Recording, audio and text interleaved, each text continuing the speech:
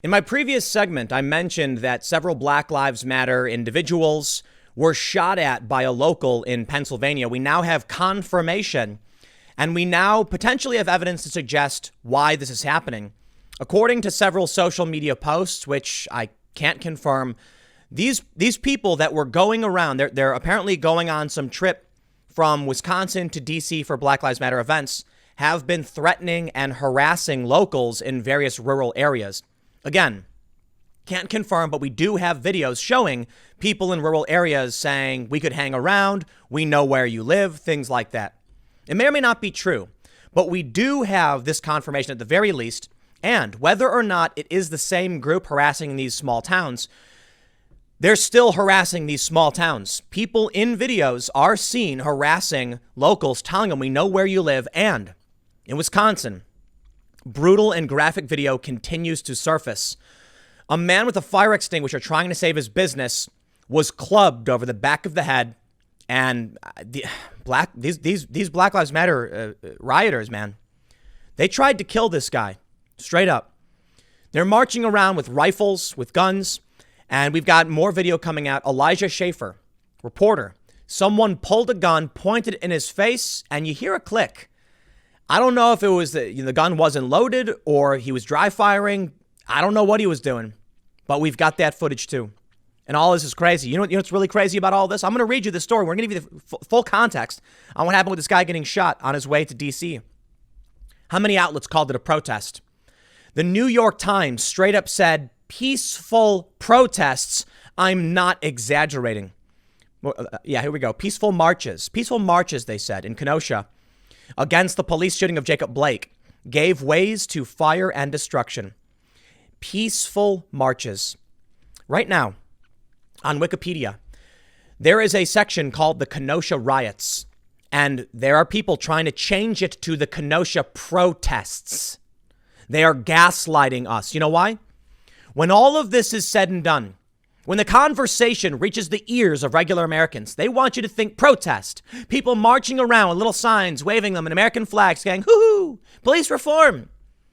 When you go to a regular person who's not paying attention to the news and you say, do you hear about what's going on? Here's a story. And they go, oh, protests. No, riots, attempted murder, armed insurrectionists. Here's the story. So I recorded about this earlier in the morning. I didn't see this story from the Post-Gazette because it is relatively local. It's Pittsburgh's newspaper. National outlets weren't carrying the story. They say protest marchers shot in Bedford County as group walks from Milwaukee to DC. I believe we have the social media posts showing why this happened. They say the person shot suffered a non-life-threatening injury and was taken to Conemaugh Memorial Medical Center in Johnstown around 12:15 a.m. Tuesday, according to Cambria County emergency officials. Milwaukee activist Frank Nitti, an organizer of the march, was leading the procession and live-streamed the incident on Facebook. The shooting occurred as the marchers were passing through Shellsburg in Bedford County. In the live-streamed video, at least 2 gunshots can be heard. One of the marchers is seen bleeding from his face, and he said he was shot before other marchers rushed him to the hospital. Pennsylvania State Police are investigating. It was unclear if there were any arrests. The march stepped off in Milwaukee on Tuesday for the 750-mile trek, with about 20 participants aiming to complete 31 miles per day. The marchers plan to arrive in Washington to attend the anniversary of Dr. King's I Have a Dream speech. We have this article from Information Liberation, and full disclosure, I typically only use NewsGuard certified sources because it's a check on my own personal bias. Information Liberation is given a negative rating, but only because they're not revealing their financial ownership. They're not disclosing financing or ownership. They don't reveal who's in charge, but they do get certified for not publishing false content. They do fact check, and they do avoid deceptive headlines. I'm making that clear because we can't confirm any of these social media posts. This is one of the only sources that actually has this information compiled. Chris Menahan writes, homeowner shoots at armed protesters marching through neighborhood at night. So this we understand. However, it now seems we have a better understanding. Take a look at this. They say, the media is claiming the protest was part of a march organized from Milwaukee to D.C., but you can clearly see in the video everyone gets back into their cars after being fired at. Additionally, it's totally illegal to march into D.C. while carrying a pistol. You need a permit just to own a pistol in Maryland, and it can take a while just to get the paperwork approved. You also need a permit to concealed carry in Pennsylvania. Here's what they say. They have a video right here. One of the protesters was allegedly hit in the face with some buckshot, but appeared to be in decent shape. You can see the man's injury for a second in a longer video.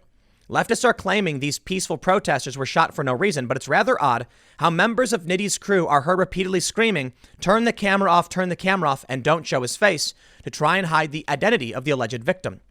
Was this protester armed?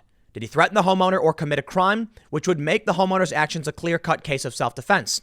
One fellow protester in Nitty's crew can clearly be heard shouting, "Where is my gun at?" Another protester can be seen reaching for his waistband and grabbing what appeared to be a gun after the first round of shots were fired. We don't know for sure. However, they go on to say, we are not being told the full story here.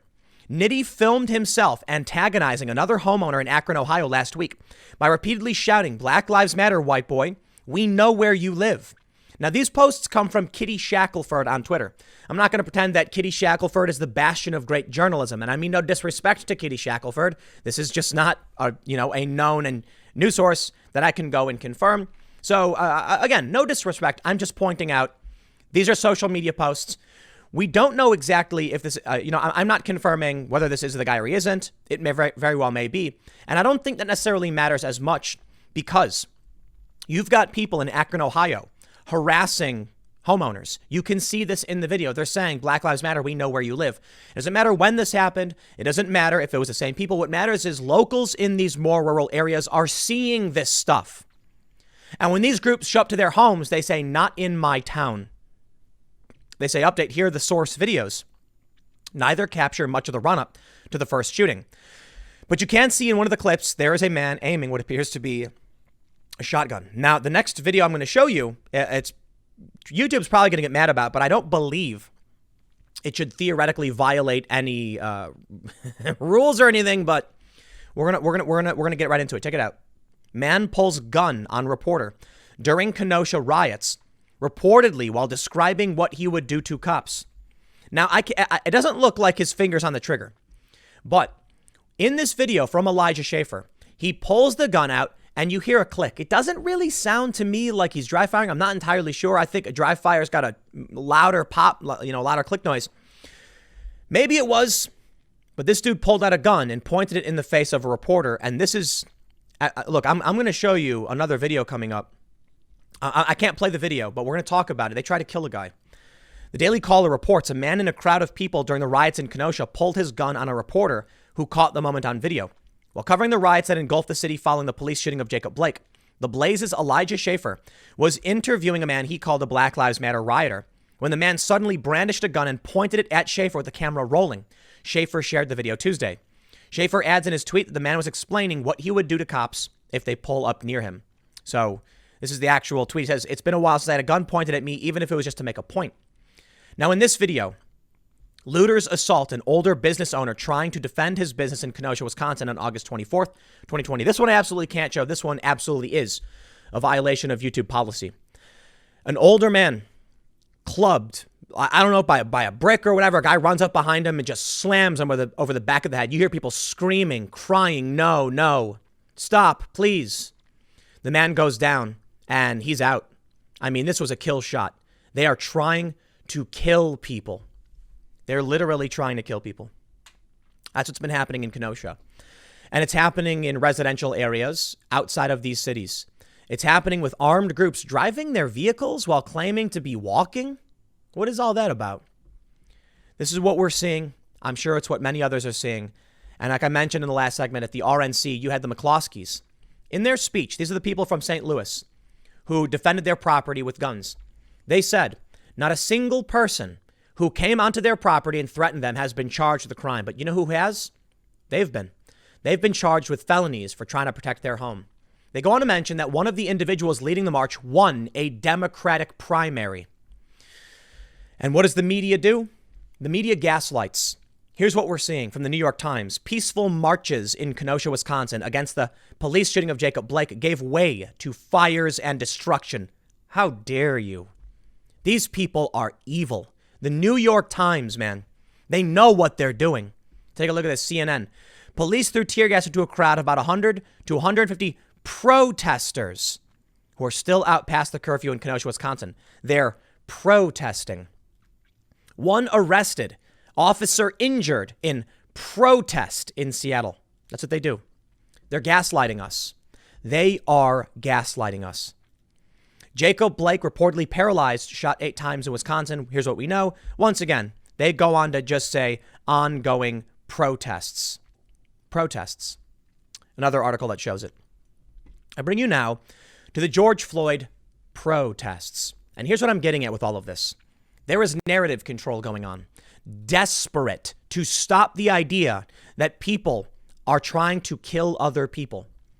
You've got Black Lives Matter out in the streets, destroying property, destroying homes, destroying businesses. In my last segment, there's a video going viral of someone of a burning building and people saying there's a family trapped inside. I hope they got out. I hope it's not real. Maybe.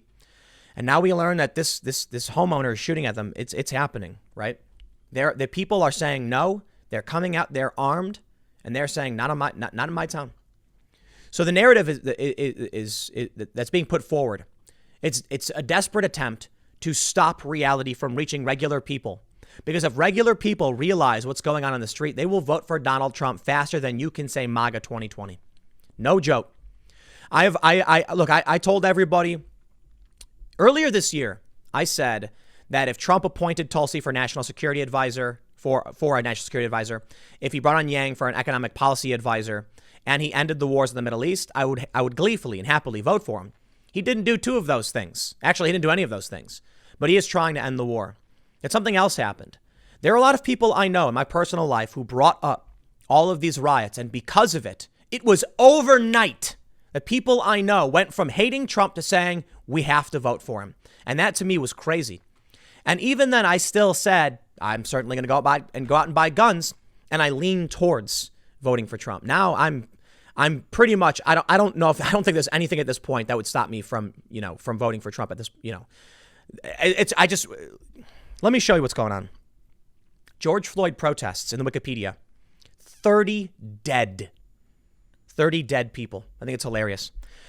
They share these memes about COVID deaths and they say, how could Republicans be okay with this? It's a natural disaster, dude. Donald Trump shut down travel. I don't know what else he's supposed to do. He shut down travel to Europe from and to China, I believe to China, but from China. Donald Trump enacted guidelines. He created a task force. Everybody loves Fauci. Well, Trump's the one who brought him on. Fauci and Birx have said we can vote in person. So yes, the COVID deaths are horrifying, but Donald Trump is doing what he can. Am I supposed to make the assumption that he should have done something different? I don't know what he's supposed to do. I don't even know what I would do. You want me to be mad about that? I'll tell you what I can be mad about. The media lying, calling these things protests where we get videos of a dude being clubbed over the back of the head. They try to kill him. The New York Times, I kid you not, calling it peaceful marches with a picture of a burning building. Wikipedia, 30 dead in the George Floyd protests. Take a look at this. Kenosha riot on Wikipedia. They say the Kenosha riot is a reaction to the shooting of Jacob Blake by Kenosha officer, blah, blah. You get the rest. They say, a request that this article title be changed to Kenosha protests is under discussion. Please do not move this article until the discussion is closed. Protests. I kid you not. I am tired of the lies. I am absolutely sick of it. This needs to stop. It all needs to be stopped. And there's only one political party that's calling it out. You may have seen the video from Sean Parnell. He's running in Pittsburgh. It is the Pittsburgh Gazette. This is the Pittsburgh Post-Gazette talking about what happened with this BLM, individual getting shot. It's happening in Pennsylvania. It is happening in rural Pennsylvania. Sean Parnell put out a video where he talked about the violence, the far left, and the extremism. He's one of the few politicians, Republicans, to actually call this out. You know what? I am a single issue voter at this point. I said it a couple days ago.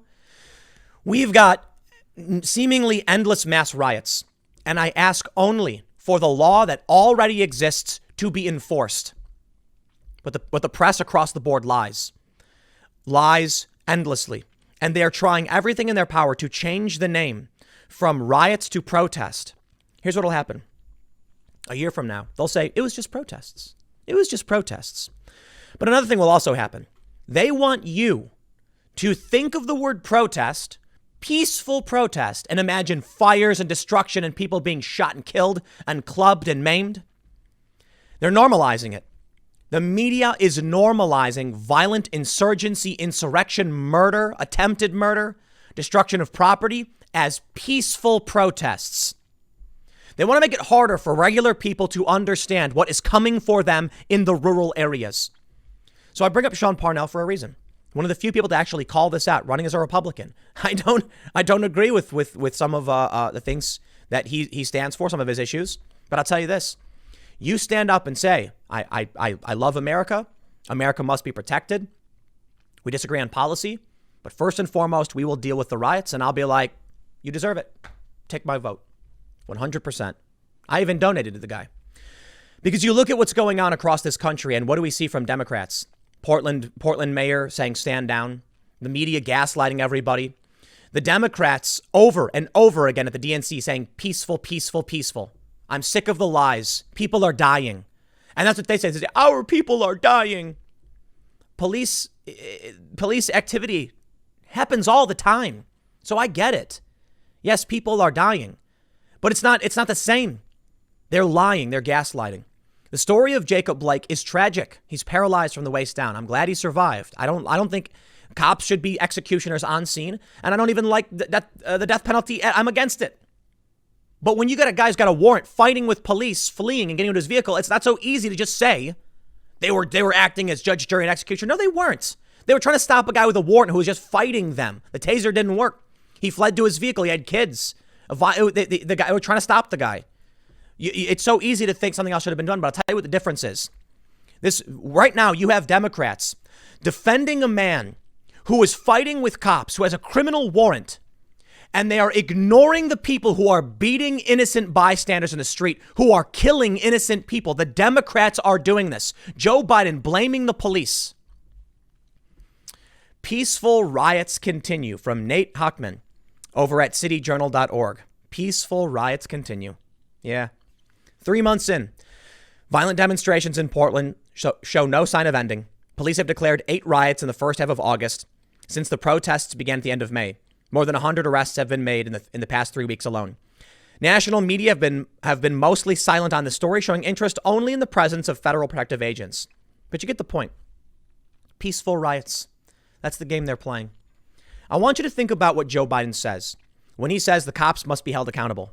What he's saying is that criminals will get special privilege in every which way. Donald Trump is calling for law and order. I would very much like law and order. I err on the side of freedom. I'm not a big fan of ending cashless bail. However, if it's focused on dangerous criminals, then for the most part, I get it. The issue with cashless bail is that you have people who are nonviolent offenders and poor people disproportionately held because of the assumption, I don't know what a good reason is for a nonviolent offender to be held without bail or with a cash bond they can't afford. So I see somebody that's arrested for pot, for instance. First of all, I think it should be illegal and we should release these people. But the general idea I think is okay. The problem is in New York, you've got actual violent criminals who are being released. So this is where I say, kind of like a moratorium position. To this point where I say we got to stop. We got to reassess what we're doing because crime is going up. We can't have that. So there's a big challenge. I don't like the idea of arresting someone and holding them before we've proven them guilty. And that's kind of how the system operates. But law and order. All right. While I have my disagreements with Trump, I think he might go a little further than I'd like to. I defer. 100% I defer. I say, you know what?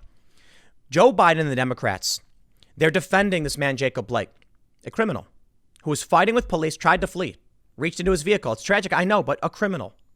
They're defending him, condemning the cops who tried to stop somebody wanted for a felony assault charge, presumably, who was fleeing after fighting with them. He gets to walk away. No, he doesn't. They got to stop this guy. He could hurt somebody.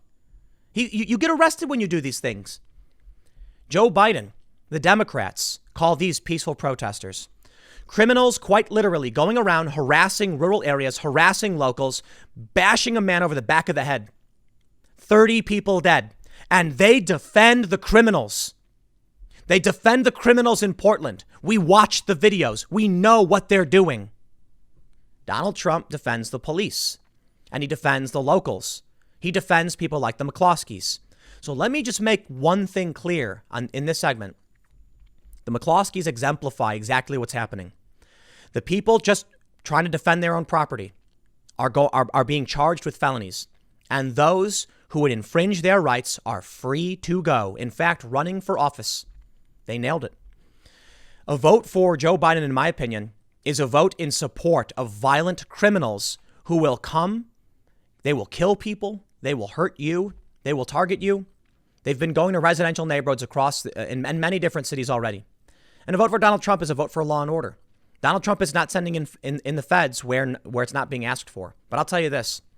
When you have 3 months of incessant riots with the media desperate to lie about what's going on, they know why they have to do it. Because people know Joe Biden will not solve this problem and Donald Trump will. I hope that guy who got bashed in the head is okay. I hope the guy who got shot in rural PA is okay. I don't want anybody to get hurt, man. But you got to understand, as this stuff escalates, locals will not be having it. And I fear there's going to come a point where we are going to have a paranoid lockdown just across the board. National Guard's already deployed in Kenosha. Smart move. But who wants to live this way? I don't want to live having to have cops on every street corner. I'd prefer the cops to the rioters, mind you, though. And I'm worried that's where we're headed. But I do think this is backfiring. It's going to blow up in the face of the Democrats. They want to support the criminals by all means. Take all the votes you want. But I think regular people are waking up and they don't want to support the criminals. They don't want to support the extremists and the murderers. They're going to support Trump and ask him for help in cleaning this up, and Trump will do it. And that's what you get. I think it's hilarious when these lefties on Twitter are like, Trump's a fascist. No. Enforcing laws already on the books isn't fascism. Okay, actually, I take that one back. Just because it's the law doesn't mean it's moral or correct. And you can have law in the books that are fascistic, for sure. But supporting the president when he says we are going to stop people who are beating innocent people and killing others, that's the opposite of fascism. Forming a collective group or supporting a collective group that would shut down violent, murderous criminals is the opposite of fascism. You want to make an argument about fascism, authoritarianism? Sure. I'll tell you what. When you show up to a restaurant in D.C. screaming in people's faces, demanding they bend their knee to you, which is what they're doing. Those are terrorists. I don't want to live under the boot of these people. If that means I'm going to support a collective that will guarantee the rights and civil liberties of everybody for free speech and stop extremists from destroying things, I will do it. And that's not fascism. That's just like regular government. But they won't accept it. They use it as a lie. They use the lie to gain power. If people find out what's really going on, those who aren't paying attention, it'll all fall apart for them. That's why the media covers it up and says peaceful marches, peaceful protests. And the Democrats do it too. I'll leave it there. Next segment's coming up at 4 p.m. over at youtube.com/Timcast. It is my main channel. Thanks for hanging out. I will see you all then.